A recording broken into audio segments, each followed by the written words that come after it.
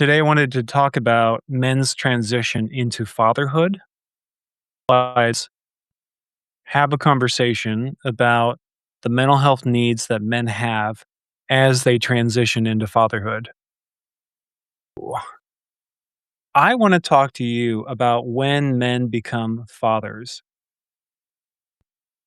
Of course, I was a man before becoming a father, but there was something about the role of fatherhood that taught me something really profound about manhood.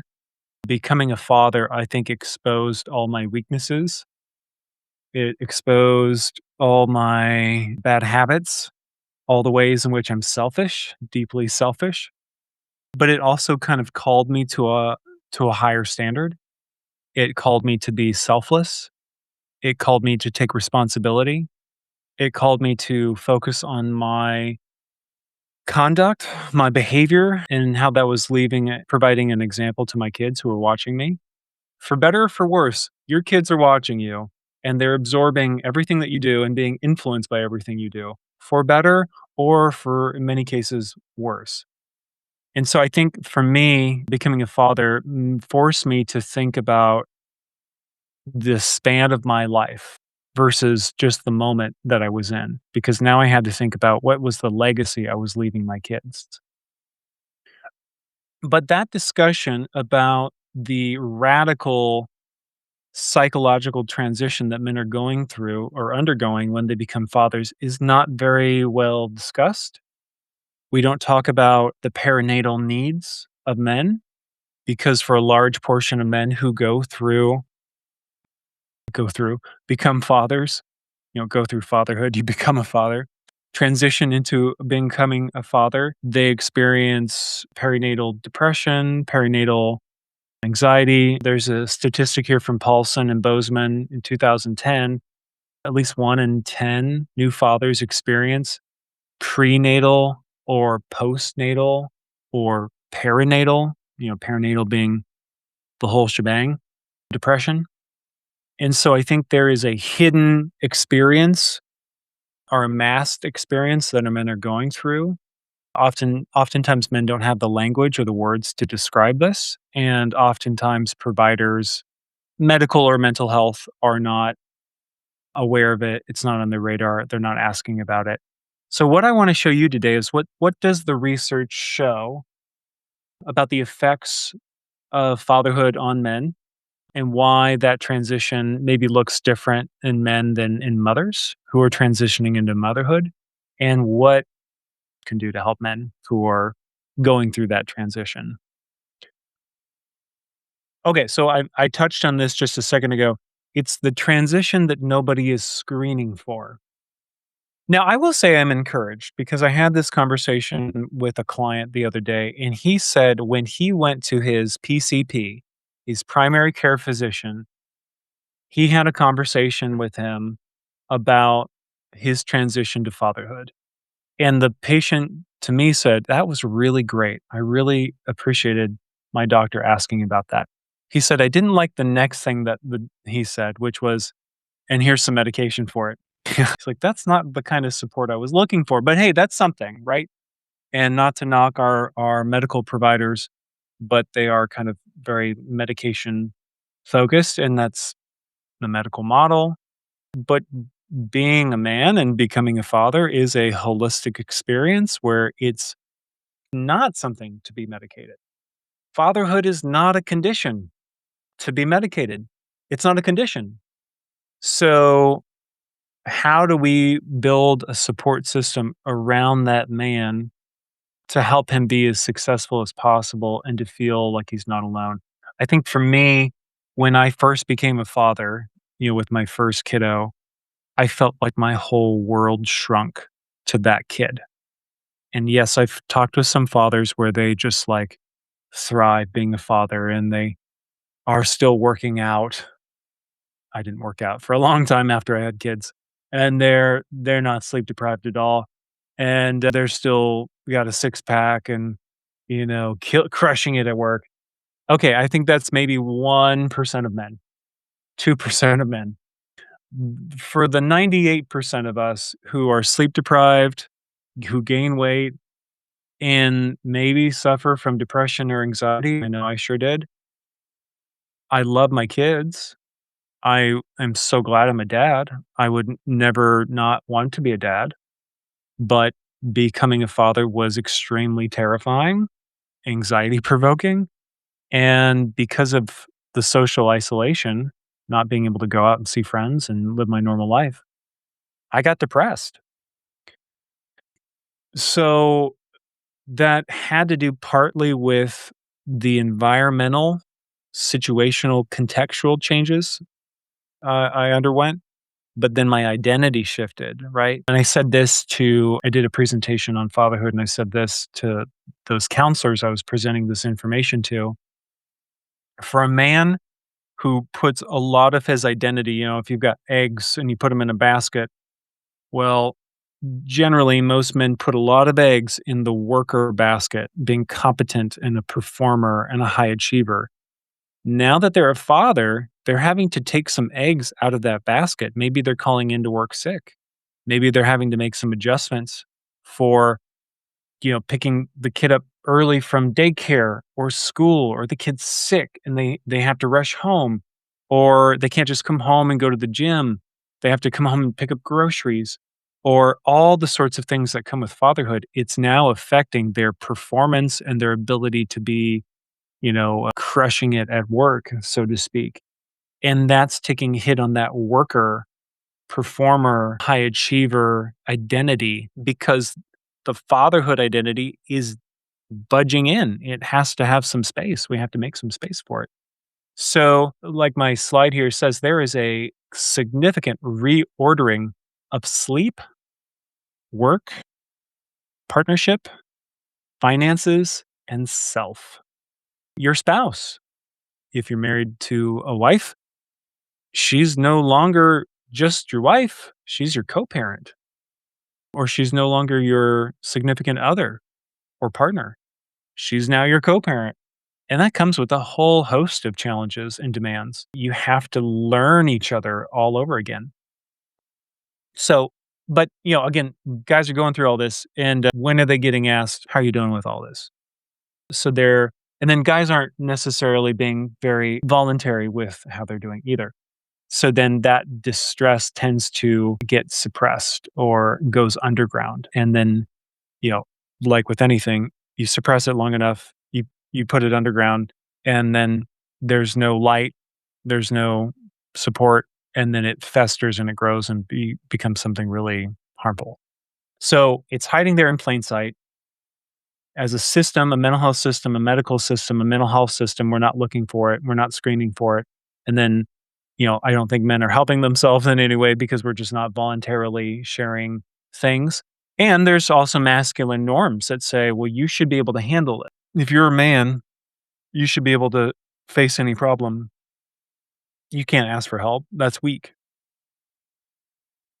So a father can be struggling badly and still look okay on the outside to everyone else and try to present this strong front of I'm handling it when internally they're not.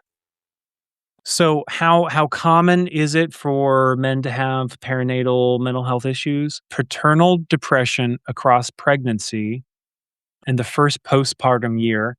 And I'll be honest, I've had 3 kids now. Kid 2, much different experience. Kid 3, even further different experience. Kid 1, though, wow. And my first kid was great. It is great. She was kind of an easy baby, but still just really affected me. But yeah, these mental health issues are more common, more prevalent than most people assume.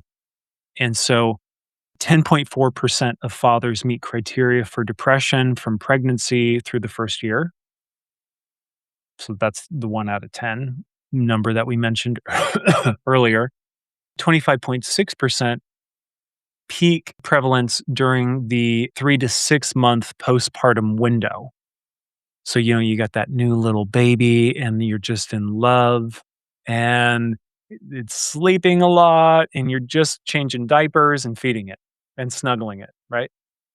But then the baby's up more at night, then you're going back to work, your paternal leave is over, and maybe your spouse goes back to work, and then you have to, like, manage the baby and work and not sleep, and the hospital bills are coming, and, like, holy cow, it's overwhelming. So there's something, that window of time, that 3 to 6-month window really is illustrative of all the challenges clustering all at that one point. And then 8.4% of a pooled estimate in a later meta-analysis, still 2 times the male base rate. So you're still getting higher than average, new fathers compared to just men in the general population. They're still having a much higher level of depression, even much after. So for comparison, depression in the general adult male population runs 4.8%. Men don't typically, when you're using like a standard screener like the PHQ-9, men don't typically present as depressed, and that's why you get that relatively low number. But, even using that standard PHQ-9 or other instruments like that, men are reporting at least, more depressive symptoms in that perinatal period. So when does the risk really peak? There we go. Paternal depressive symptoms are not evenly spread across the perinatal timeline. So the risk builds after birth and concentrates in the months when the early novelty fades. So that new baby glow fades, and then like I said, all the all the factors kind of cluster in, and then the demands heighten. And so again, like I said, it's that 3 to 6 month peak. Um, so 9 to 10% prenatal symptoms present, but not overlooked. And then you kind of hit this acute adjustment point at 0 to 1 months, and then the 3 to 6 month. That's where you had the highest um, reported depressive symptoms or anxiety depressive symptoms, and then things kind of ease off. And I will say, having support from family is just huge. So, but then like if you've got like a tight turnaround with your paternal leave, or you have financial stressors, maybe you don't have a good insurance plan and the medical bills are coming due, that just all seems to hit at that 3 to 6 month mark. So why do we miss it as a system, a healthcare system, mental health care system? Why do we miss it?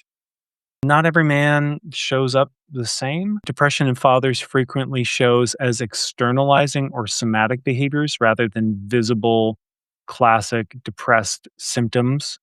So it wouldn't be like reporting sadness or blue or irritable or crying or tearful. So those standard screening tools, not that there's anything wrong with the PHQ-9, it's good at what it does, but it's only capturing that classic presentation, and it's missing the male specific presentation of depression, for example. So, the classic picture, like I said, would be persistent low mood and tearfulness, sadness, hopelessness, talking about feelings and seeking help. Rather, the male presentation would be irritability and anger, alcohol and substance use, withdrawal and avoidance, and then escaping into work. I see a lot of men retreating to workaholism. And in fact, I had a conversation with a male client. He said, when I come home, I just handed the baby and I don't get any downtime, and I've had a long day at work. And then the wife's exhausted from the baby and just hands it straight to me. And I feel totally exhausted. And then I don't get to say, well, I don't feel like I have the energy for the baby right now. I don't get it. I don't get the chance to voice that. So that's kind of a dynamic there. And so they say, well, I'll just stay longer at work. So now I'm working, 9-hour days, 10-hour days, 11-hour days because I'm avoiding that stress at home. So those factors are raising the risk. And then, there's just so many different things that we discussed let's say if your partner has postpartum depression, that affects you. And what we know from the research is that men and their ability to show up and participate in nurturing and care activities with the kiddos directly affects the mother's mental health. So if fathers don't feel comfortable or they don't feel like they know what they're doing and they're a little hesitant with providing care, mothers get mad. That negatively impacts their mental health. And so now you've got a depressed, angry, anxious mother, and maybe there's some criticism there. So maybe men are not feeling confident in jumping in and providing support and care. And so then that further complicates things. Sleep deprivation, that one's pretty self explanatory. Prior mental health history, if you are going into fatherhood with a history of depression and anxiety, that's just going to get exacerbated. No duh. Financial and role strain, relationship conflict. Again, the way we related to each other before is we've got to learn a whole new way of relating to each other. And then low social support. I'm more disconnected and cut off from my friends and faith community and family members more now than ever. And really, you need pushy family members saying, "No, I'm coming over and I'm going to give you an afternoon to go nap and change diapers and just tell me yes or no, but I'm going to come."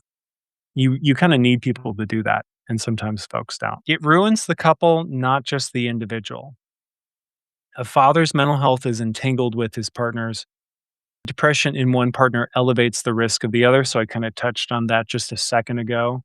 And the two together carry more weight for the child than either alone. So basically, the biggest factor that affects the kiddo's mental health is the mother's.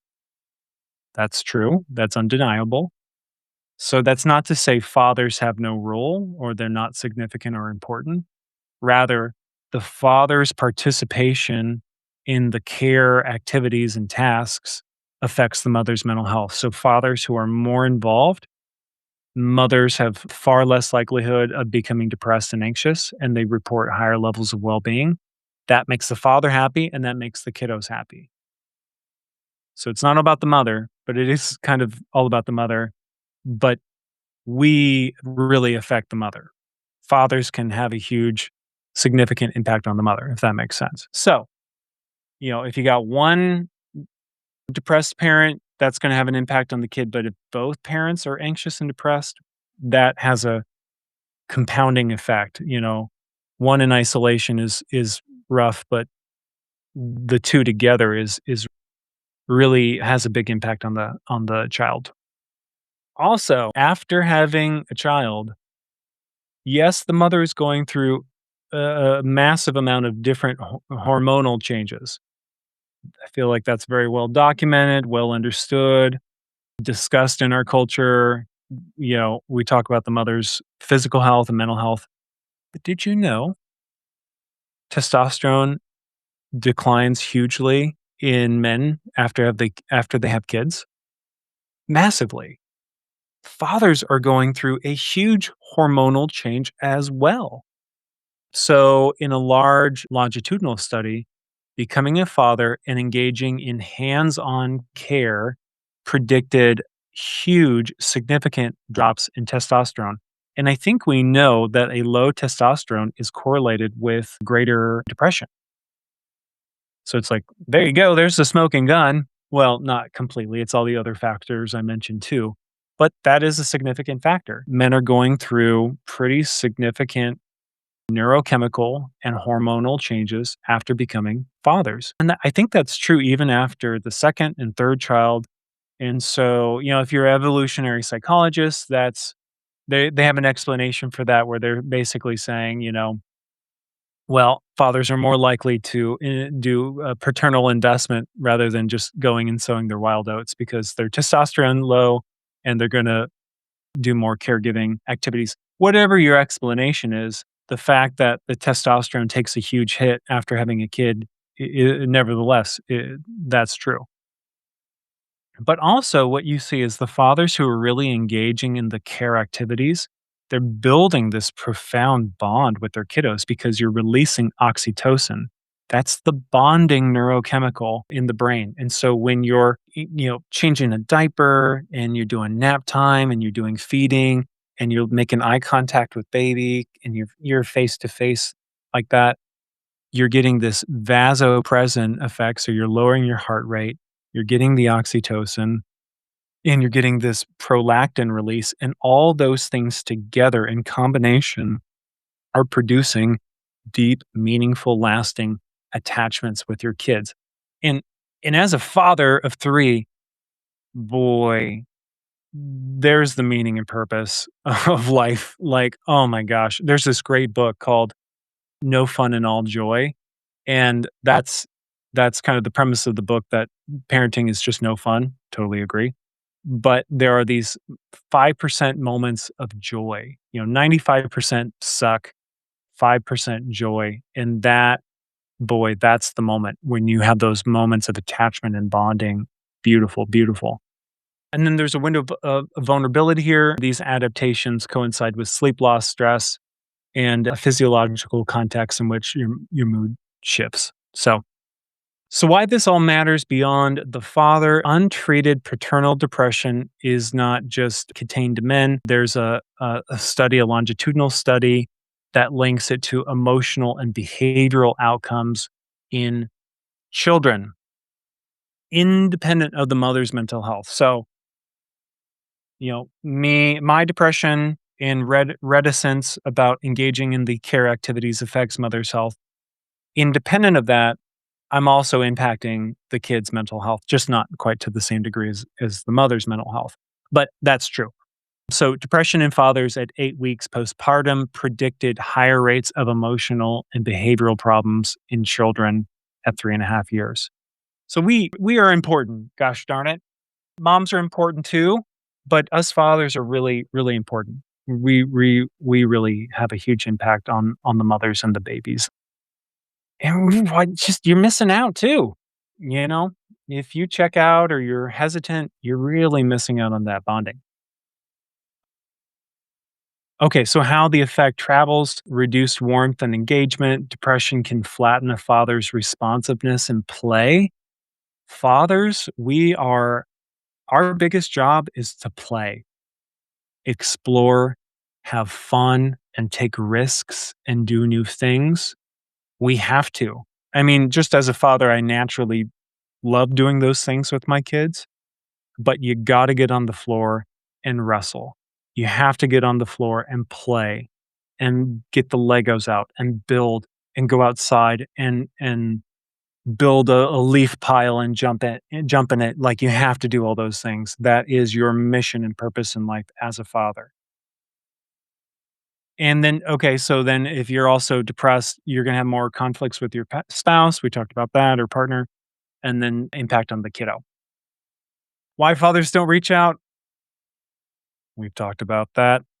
A strict adherence, I think, to masculine norms. I can handle my own problems. I don't ask for help. No one's asking me in the first and foremost. And then maybe I don't even know how to describe my need. So I want to give fathers the language to describe their experience, not to whine or complain. They don't want to do that either, but to be able to speak to it in a meaningful way that allows others to understand and then support them. What do we need to do as a healthcare, mental health care system? Well, I think these are fixable problems, and we got to start screening fathers. We can't protect forget about the fathers and protect them if we're not screening them. So we have to ask. You got to name it to tame it, but you got to name it in a way that men can understand. So use those male terms and look for those male specific presentations. Are they drinking? Are they working too much? Are they angry? Are they irritable? Are they lashing out? Are they shutting down? That's the big one I look for, men shutting down, because typically that's like due to kind of overload of emotion and they don't even know how to describe their emotion or process it. But giving practical support, helping them get sleep, go take a nap, and building connection. No man is an island. Connect that man to another man. Build him up. So important, so huge. Treat the couple, help them become a good partner and have a good partnership. And then obviously go to counseling, get support, professional support, informal support, love it. I'm all for it. And then also formal professional support is great too. So if you take only one or two things from this, uh, take three big things here. Perinatal paternal issues are real. One out of 10 fathers have perinatal depression, hits that high peak risk point at the 3 to 6 month mark. And we've talked about it. That father perinatal depression, paternal perinatal depression, not only impacts the mother and her mental health impacts the kiddos, independent of that, it impacts the kiddos. But it's hiding out there in plain sight. It's there.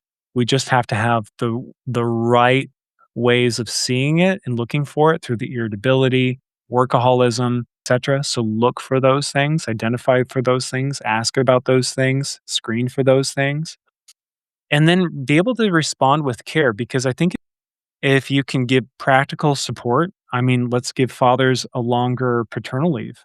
Let's provide FMLA. Let's provide more financial support in terms of childcare and daycare for fathers. You help fathers, you help the family, in my opinion. If you want to help women and children, help the fathers. That's my opinion. And so we can have a big impact there. So if you're a new father reading this and something here landed, that recognition is worth taking seriously. If this resonated with you, don't do this alone. You're as sick as your secrets. Reach out and get support. You don't have to earn it. You don't have to be, you don't lose any man card. You don't lose your man card for asking for help. If anything, you become more manly because you become a better father by getting support.